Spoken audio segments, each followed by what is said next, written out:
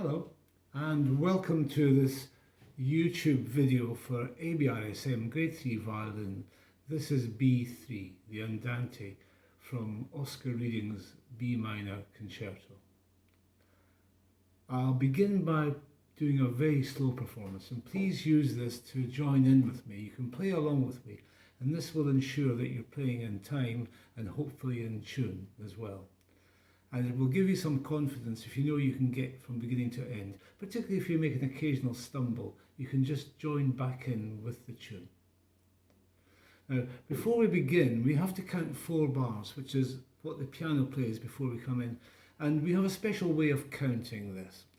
There are 2 beats in the bar in this piece, but each beat is divided into 3. It's compound time, so we count 1 and 2 and in order that we don't get mixed up with the number of bars we're counting, we count in a special way. 1 and 2 and 2 and 2 and 3 and 2 and 4 and 2 and play. Now, in order to be exactly on time, not late and not early, we still have to use our ears to listen to what the piano's doing. And that way, that should ensure that you're absolutely punctual, and the examiner, I hope, will notice that. So here comes the slow performance. Off we go. And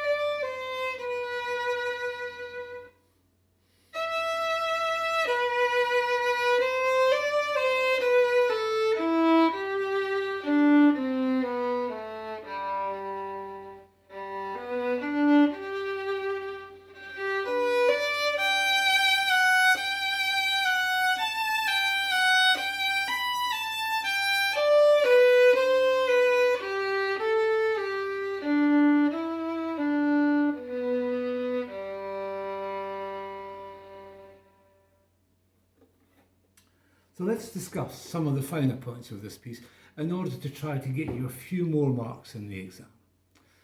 The piece is constructed in 4-bar units, and we begin with 4 bars piano, and it's in the major key. So it's quite a gentle, sweet little tune. And if we're playing quietly, we might want to think about where we're playing relative to the bridge. So we might allow our bow to sink down to here. When we come in with the next 4 bars, mezzo forte, we might want to move our bow slightly closer to the bridge in order that the violin comes into focus and sounds louder. That's called moving the point of contact of the bow. In bar number 8, you'll see that we have 2 quavers rest. Now, it's important to make sure that the note in that bar, which is a dotted crotchet and a quaver tied, is the precise length. So you have to count in your head 1 and 2 off. and that will give you the exact length of the note if you're counting that in your head.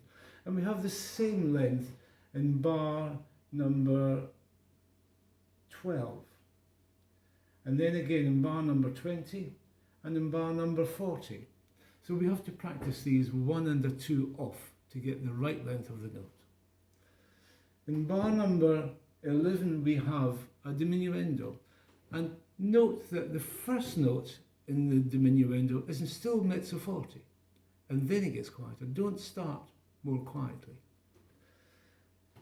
We have mezzo forte again in bar 13, and in bar number 16 we have a crescendo, and the first note in bar 16 is a down bow. Now, down bows tend to automatically get quieter, so you have to work a little bit harder to do the crescendo on the down bow.